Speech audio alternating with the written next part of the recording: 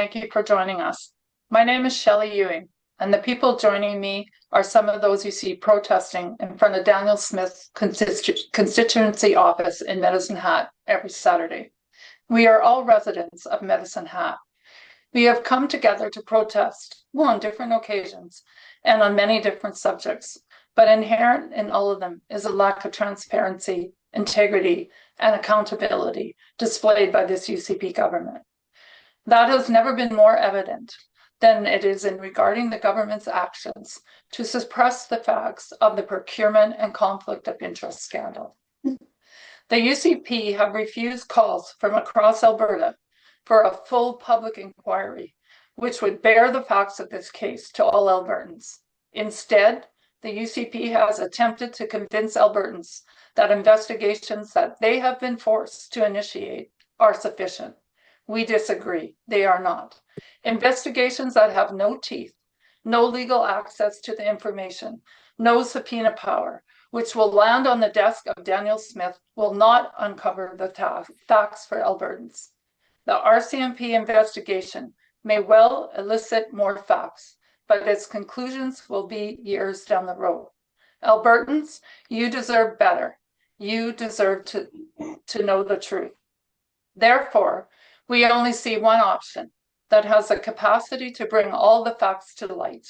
In the case of the statement of claim filed by the fired CEO of AHS, Athana Mentzelopoulos, she was fired for courageously standing up for transparency, integrity, and attempting to be responsible with Alberta tax dollars. I will state these facts have not been proven in the court of law. However, the actions of the UCP to date allegedly appear to be interfering in that possibility.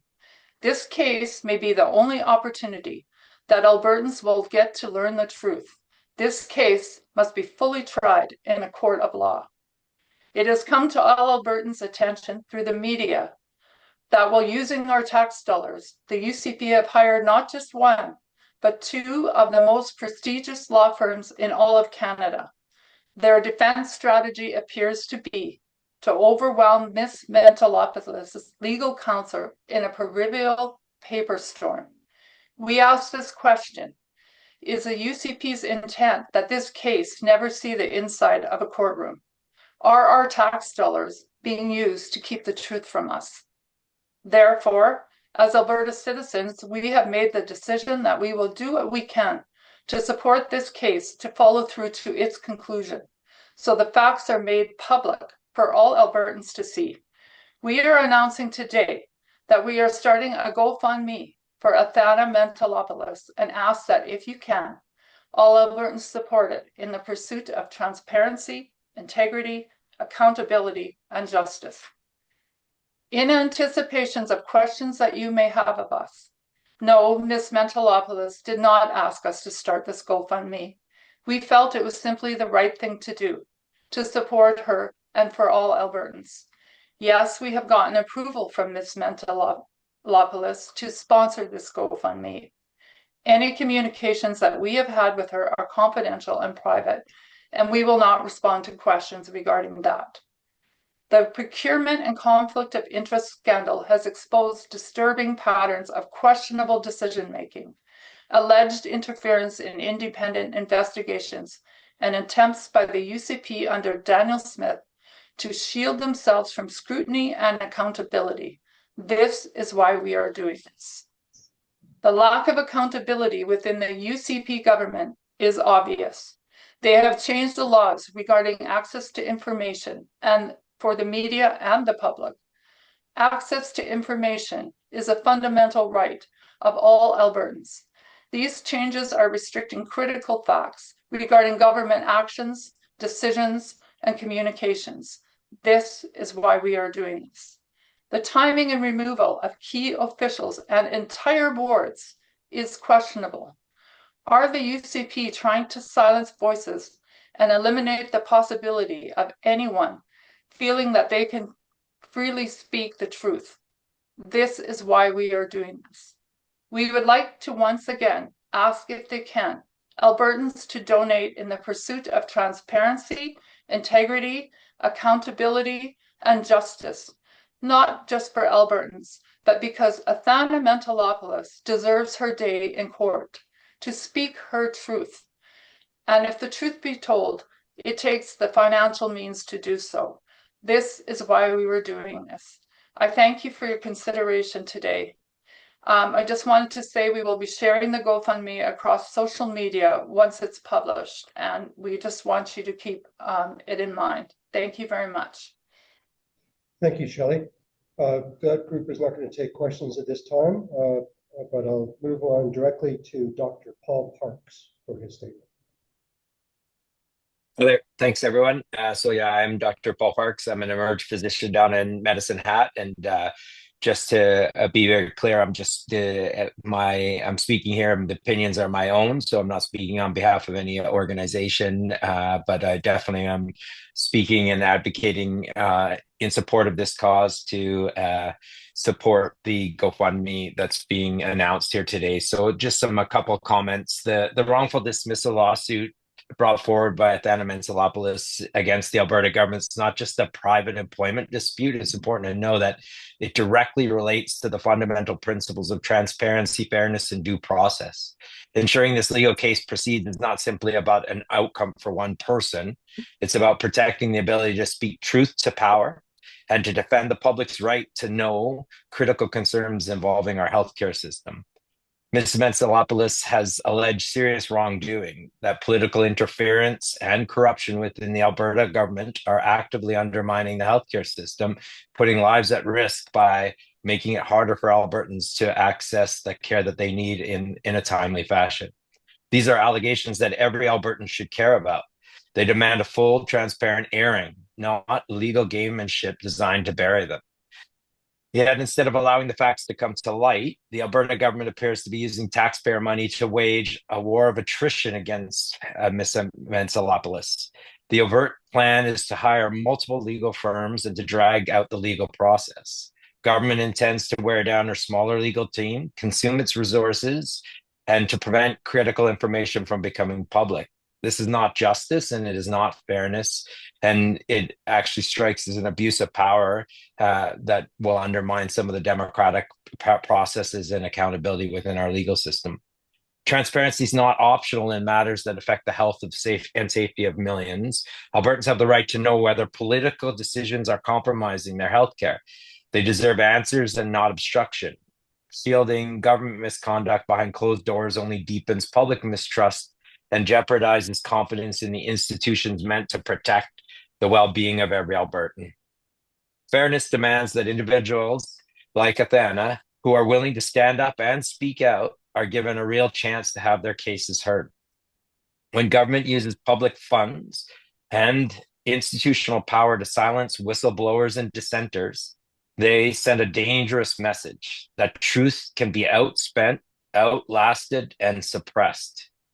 The facts must be examined openly, impartially, and fully. Attempts to suffocate the legal process through delay and exhaustion only confirm the worst fears about government accountability. When corruption and political interference infect our healthcare system, the consequences are not measured just in lost dollars, but also unfortunately, in lost lives. Athana Mentzelopoulos is fighting not only for her own rights, but for the opportunity for Albertans to learn the truth about the grave concerns she has raised. The Premier continues to refuse to hold a public inquiry and seems intent on minimizing any chance that the public will ever get any answers. It is in the interest of Albertans to ensure that this case is fought fairly, that the truth can come to light, and that transparency and due process are not hollow promises, but real protections for everybody. So with that, I'll conclude my statement, just providing personal full support that we need to be basically all of us be aware of this and support this effort so that the truth can come out. Thank you, Dr. Parks. I would just ask if any of the press have a question before we move on. Dr. Parks? We've got 5 more speakers, yes. Then move on, and do we want to circle back for questions at the end? Yeah. All right, very good. I'd like to now ask Dr. Joe Bipon to say a few words. I would just want to start off by saying whatever Paul says is right. And he's so articulate and he really nailed it on all levels. And so I just want to reiterate that his very deeply looked at statement is something that I echo every single word of. For myself, I have a formal statement that I went out to the news media and the news release, but I just want to reflect a little bit about what it takes to be a whistleblower because in a lot of ways I was treated as one, and so I know what this feels like for Dr. Athana. Maybe not to the same extent that she's going through, but to have somebody willing to step forward to risk their lives, their careers for public accountability and for better governance is not to be thought of lightly. Like this is a time-old tale of somebody coming forward saying that there's a problem, we need to deal with it, and then having retribution wrought upon them. And it's not how we get good governance. It's not how we hold accountability. If we are to be considered a well-governed jurisdiction, we need our government needs to, our citizens need to support this kind of action. She's, really a hero and being treated as a plaything, as a tool in a game. And so I guess what I just want to reiterate to Albertans that are out there is that we need to support her through this. She needs to know that she has our emotional and our financial support. And so I'm really excited about this effort that's being put forward to support her. I certainly want to be a donator to this cause, and I hope that the rest of Alberta will join me in supporting her through this really horrible process that she's being led down. Thanks, Dr.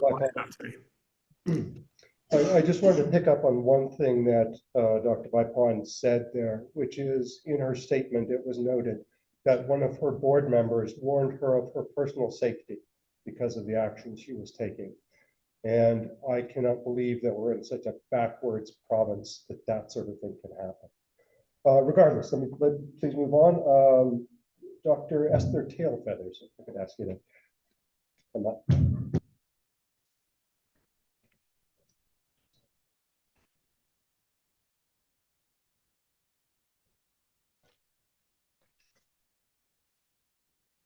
Thank you.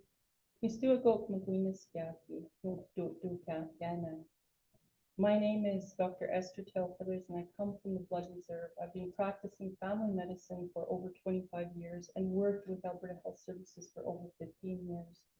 I was part of a team that helped to create something called the clinical ARP. We built an ARP from 5 doctors to over 90 doctors to serve communities, Indigenous communities in this province. Under this program or this work that we did, we've brought primary care to remote and rural communities. We worked on cultural competency in addressing racism in the healthcare system. We've worked on a strategy for the drug crisis, and I do want to read this to you because I'm standing here. I drove 6 hours to be here today to support Dr. Athana and my colleagues who are afraid to speak because of the what's happening now with somebody who we highly respect and the work that's being done to help Albertans and Albertan patients. In May of 2023, when the death rate of Indigenous people to drug poisoning had reached 7 times more than the other Albertans, a strategy was being developed by the Indigenous Wellness Corps to address the terrible health outcomes.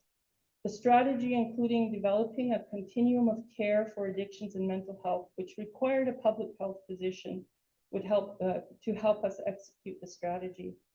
Dr. Dina Hinshaw was the physician chosen through fair hiring practices. The hiring of Dr. Hinshaw had approval from Dr. John Powell, who was then the CEO, AHS administrator. He was very excited to get busy on this strategy. I was very excited to get busy on this strategy to save lives. When the announcement was released about Dr. Hinshaw's hire, Dr. Cowell received a call from Danielle Smith to rescind the job offer. I was devastated and knew that this would impact the strategy and the lives of Indigenous and non-Indigenous people in this province. Danielle Smith and the Minister of Health denied having anything to do with AHS HR decisions. However, others in the room with John Cowell witnessed the call from Danielle Smith. Dr. Hinshaw's information had already been uploaded in the AHS organizational chart, and things had to change drastically for that. Already the Premier's office was interfering in access to the healthcare system by reducing harm reduction resources, and we were instructed not to use the term harm reduction on any AHS documents. Resources for addictions and mental health were being reduced, stalled, or made unavailable at a time when people were dying. I resigned in protest, and I did not take any severance for a job that I had done for over 14 years. I did not sign a non-disclosure agreement so that I could let the public know that the Premier had been not truthful and that her interference would hurt many people, and it did. The mortality of Indigenous people increased to 7 times higher than the provincial average during that time. Life expectancy to an all-time low of almost 18 years less than the average Albertan. Of note, I met with the Ethics Commissioner, Marguerite Trussier, regarding the unethical action taken by the Premier and her interference in the HR and administrative processes of AHS. I was told by the Commissioner that this action was within the power of the Premier, when I believed it was not, and I believe it was very unethical, and that there was no breach of ethics. There has been no transparency or accountability from the Premier or the UCP. There are only denials of wrongdoing. The Premier appointed the Minister of Health, who has no experience in healthcare or the healthcare system. This Minister of Health was formerly the Minister of Education. While she was the Minister of Education, she denied the history of residential school and wanted that history struck from the school curriculum. That tells me that she does not understand the health, nor is she concerned about the health outcomes of Indigenous people in this province. There is no continuity of care as patients separate from one system into 4 organizations. There is no engagement or input from anyone working in the front lines. Only after the announcement of the refocus did the government announce engagement sessions with healthcare workers. By this time, they had already announced the new organizations, including Recovery Alberta, Primary Care Alberta, Acute Care Alberta. Staff are being notified only weeks before they are transferred to the new organizations, or they are transferred to the GOA, Alberta Health. Staff have been operating in uncertainty since November of 2023 and the announcement of the health system refocus. Leadership in AHS has been a revolving door. Leaders are announced, then replaced by AHS boards are dismissed. AHS boards are dismissed, replaced, then dismissed again. There has been no stability in that system since that once employed over 100,000 employees. And I can tell you that the employees are living very fearfully of speaking out on what is best for patient care. I can tell you that physicians are afraid to speak out on what they think is best for physician care. I know that many of my colleagues that worked within this, the strategic clinical networks worked across silos to make patient care better. This system is now gone, and many of the people, physicians who have worked their way up from front line to administrative have been let go, have left the system, and so we're losing brain power, we're losing the experience and wisdom of physicians and administrators who have worked for years to be where they're at, including Dr. Athana. There has been a hiring freeze in AHS and extreme cost-cutting measures while the GOA increases its workforce, including within the Ministry of Health. They have replaced one CEO with multiple CEOs operating each of the organizations. In the beginning of the restructuring, many of the middle management people were let go within AHS.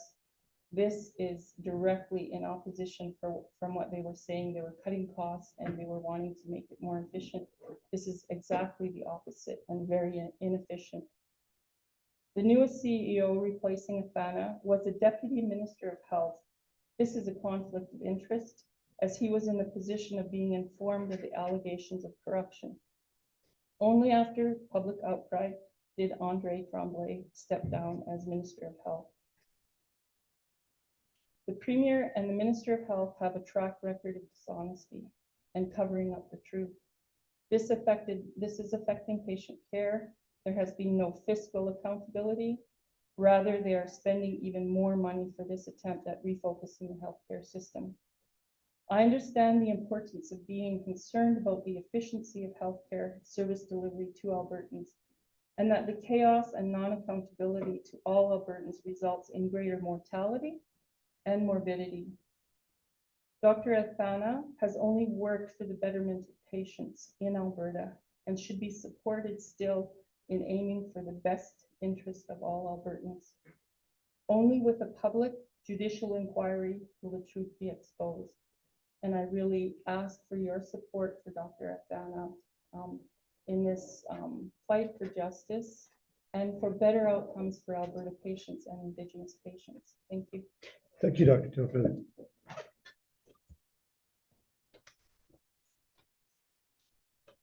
I'm just going to let you know I've got Len Olson to speak next off of Zoom, then former Deputy Premier Thomas Lukaszuk. I've got one statement to read here from John Rogadine, and then we'll be done. I just wanted to say, personally, this is the second GoFundMe around this particular nest of snakes that I've been involved with. The billionaire involved in this whole mess tried to take down the breakdown by taking them to court for $6 million. That's still ongoing. We will fund those guys until that is won. We're going to do the same here. Dr. Mentzelopoulos has the inside track on what really went on, and I'll be damned if Danielle Smith is going to use our tax money to out-compete her in the court of law. If we need to raise a couple of $1 million, we're going to go ahead and do that. So with that, let me ask Len Olson to please pipe up. Hi, everyone. Thank you very much. As mentioned, my name is Len, and I was asked today to add my voice to a conversation regarding transparency within government. Now, I've listened to some great speakers, and I probably don't have the same type of thing to offer as they did, so I kind of put mine in a little bit more simpler terms. First of all, when I think about transparency, I always go to accountability as well. They kind of go hand in hand. If you show me any type of organization without any sort of transparency, there's a good chance that there's no sense of accountability at all. But the question could be, what should we be looking for in transparency? Well, we should be looking for it in our business leaders. We should be looking for it in our political leaders, our employees, everywhere up to and including our personal relationships. Now, one could say, would there ever be a situation where transparency would not be appropriate? There's a couple: national security, maybe someone's well-being, and just to avoid being in a hurtful situation. But when it comes to government and politics, is it realistic to get complete transparency? No, of course not. And if you believe that there is complete transparency within government, well, I do have some Tylenol to sell you. But would it be realistic to explain, to have some level of transparency from the government and the politicians that you elected? Yes, of course. In the case of our current government premier, well, it's not quite the same. They kind of have a way about them, that they're kind of in charge. It's nobody's business what they do and how they do it or the results. They feel free to do whatever they want. Their level of transparency is zero. And when they're questioned, their answer is to deflect, blame, or pass on their responsibility. This brings me back to that, as I mentioned, about the tie between transparency and accountability. Has this government shown themselves to be accountable? The answer is no. Has there been any way to hold them accountable? No. And why? Because again, there's zero transparency. What are we getting? Myself personally, I've been an employer for most of my adult life. And when people say to me, that must be great, you can do whatever you want, I can honestly say that I've never felt the need to be more transparent than in that role. I have employees I have to be accountable to, board members I have to be accountable to, and of course, the clients that I do business with. There's no part of life where transparency is not part of the equation. It's not necessary. So what happens when over a long period of time, transparency does not exist? You have what we're experiencing now with the UCP and Smith. Let's just focus on healthcare. How many decisions has the UCP government made without any communication to the public at large? How many of you feel safe in 2025 regarding your healthcare and measures taken to improve it? But then again, how would you know? What mistakes have been made? Were they promptly disclosed and remedied? How would you know? Doesn't sound very transparent to me. Remember, Alberta, the government works for you. It's not the other way around. So ask yourself, if this employee was the UCP, what would you do? In my case, I would fire them. And I kind of have one final point. It's the big reason why I wanted to come here today. What if the government, with their lack of transparency and accountability, comes across someone within their ranks pointing out issues and bringing them to the forefront? Wouldn't it be reasonable for most of us to take that as an opportunity to improve things, get the push you need, and make the point of thanking the employee for bringing it to their attention? To me, that would make sense. Sadly, in this situation, it did not happen. In the case, this employee was terminated. I'm speaking of Athana Mentzelopoulos, and who's here with us today. I can say I've never had the pleasure of meeting her, but unfortunately, I can say that I've met a lot of people that have been faced with the same fate as she is. When you're dealing with a lack of transparency, there's a great chance that the truth is just not welcome. The UCP is fighting and wants to punish Athana for the truth. Athana was fired not because of doing her job wrong, but for pointing out things that were being done that were wrong. I'm going to repeat that. Athana was fired not for what she's done wrong, but for pointing out things that were being done wrong. Her goal was to help, not hinder. So I ask Alberta to put your employer hat on for a moment. Remember, Alberta is our business. I want you to ask yourself, did this employee try to help our business? Was this employee treated fairly? If you agree that she has not been supported and ask what we can do, part of the answer is here today. We have a GoFundMe in order to help support. We are facing many crossroads right now in Alberta. We know things aren't as they should be. We know that our lives are getting worse instead of better. Sadly, of it, there's not a lot we can really change at this time. But there is one thing we can do. And we can help fight for someone that has been harmed on our watch.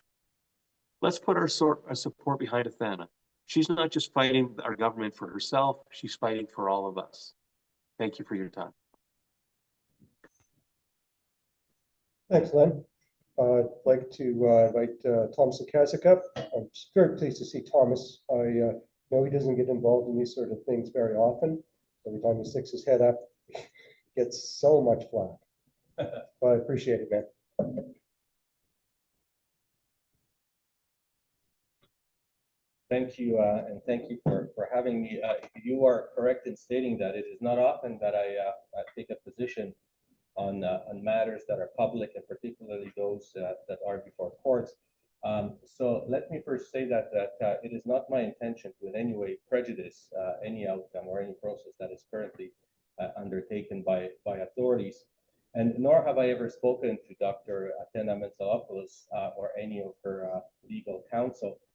I am here in a different capacity, and frankly, I will not even be speaking to the matter of Dr. Athana and the allegations that she has made, but more so to the process, because that is something that I am very much concerned about. A number of years ago, in 2001, when I first took the oath in Alberta legislature, and later as a cabinet minister in numerous portfolios, and later as a deputy premier, I swore to use my knowledge and information to the benefit of all Canadians. And even though I'm not holding an office anymore, I still hold myself up to that oath. And what I'm seeing in this particular case has been disturbing enough to cause me to appear over here and speak to it. So now, what process am I talking about? We're dealing with really an unprecedented situation where the bludgeon of the entire Department of Justice and Department of Health, with the help of retained, very prestigious and capable law firms, is being used not only against a plaintiff in a civil case, but more importantly against Albertans, and particularly employees, directly and indirectly, of government of Alberta. And this is where I have to put on my former hat of a former labor minister twice. It is unthinkable to have a situation where employees of government of Alberta in any way are hindered or precluded from providing truthful information under oath to officers of the Alberta legislature, like the Auditor General, or to law enforcement agencies like RCMP, or just appearing as witnesses in front of judicial inquiries or civil litigation. However, this is exactly what I'm seeing happening over here. And I raised those concerns already with appropriate authorities in the province of Alberta. But the mere expectation that witnesses who are planning on testifying before the Auditor General first are to consult with a government retained lawyer against whose client they potentially would be testifying, one does not have to have a degree in law to see that there is just simply something wrong with the situation, and that it flies in the face of natural justice and due process. I also must speak relevant to the Auditor General. Most Albertans will not know that, perhaps, but Auditor General is not an employee of government of Alberta, nor does he or she report to the government of Alberta. He or she are independent officers of the Legislative Assembly of Alberta, and they have the authority to summon any one of us, all Albertans, to come and testify before that office. And government requiring that these potential witnesses first consult a lawyer is nothing but providing a chilling effect on witnesses and de facto discouraging them from raising their hand and speaking up and telling the truth before an independent officer of the Legislative Assembly of Alberta. And that really flies against the fundamental rights of Albertans and Canadians, but it really undermines the entire process of the Legislative Assembly of Alberta.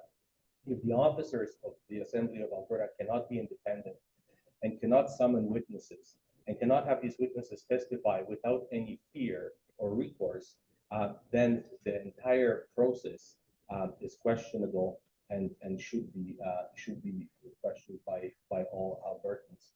The same goes for witnesses, because we are talking about the very same individuals who potentially could be or would be testifying before RCMP or in any civil matters. Now that they know that their employment could be on the line, now that they know that they are required to see a government-appointed lawyer, it is less likely that they will be either raising their hand and be willing to testify, or that their testimony can be considered to be free and without any reprisal. Having said that, Dr. Athana's case is really a test case. I cannot speak to that case. I do not know the facts of that case. I only know what is available in the media. But I see this as a test case for all of Alberta.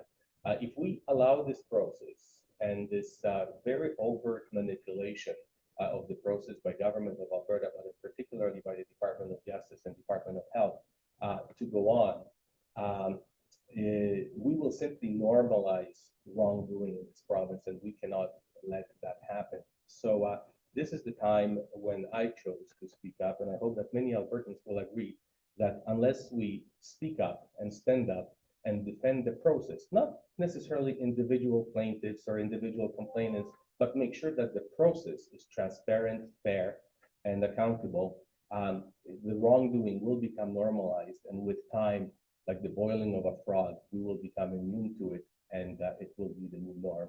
So I do thank you for this opportunity, and I hope that Albertans will take on this cause as well. Thank you. Thanks, Thomas. I'm going to ask you just to hang around in case folks have questions. Just to finish up, we have a statement from John Roggeveen, leader of the Alberta Liberal Party, who has had to give his regrets, not able to make it. But here is a statement. All Albertans should be gravely concerned about what has gone on behind closed doors with our government. As a lawyer, I know that our government can use our money, Alberta taxpayers' money, to pay lawyers to defend against Ms. Mentzelopoulos' claim. They have, and they will. As a lawyer, I know that your tax money can be burned while the government brings application after application to grind individuals like Ms. Mentzelopoulos down. The weight of carrying this case forward can become too much to bear, both because of the cost, but also because of the mental and physical strain that comes from relentless court applications that cause the case to be delayed before it can get to court. Justice delayed is justice denied. The government can make the burden so great it can be impossible for ordinary people, individuals like Ms. Mentzelopoulos, to carry on. And that's exactly what the government hopes. The government wants to squash her claim before it can go to trial, before the truth can come out for the public to see what has gone on in the hidden halls of government, before the reek of corruption can get out. A member of their own caucus has stated that a public inquiry should be held if there's nothing to hide. I agree, but that will never happen because the government won't allow it. The government wants to control the process, to be able to spin their own narratives and hide the truth. Only by a trial where Ms. Mentzelopoulos' claim can be heard in public will Albertans ever hear what went on. Alberta needs transparency desperately. Albertans need to hear the truth. Ms. Mentzelopoulos needs our support, support of all Albertans, for the truth to get to trial. It may be the only way for the truth to be uncovered about what has happened in our healthcare system, and your government doesn't want you to hear it. It doesn't want you to know the truth. Strong statement and very diplomatic.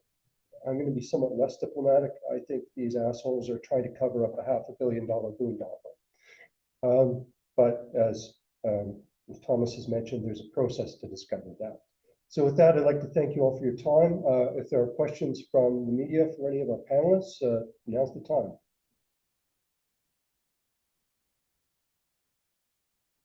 And silence is golden. Thank you all for coming.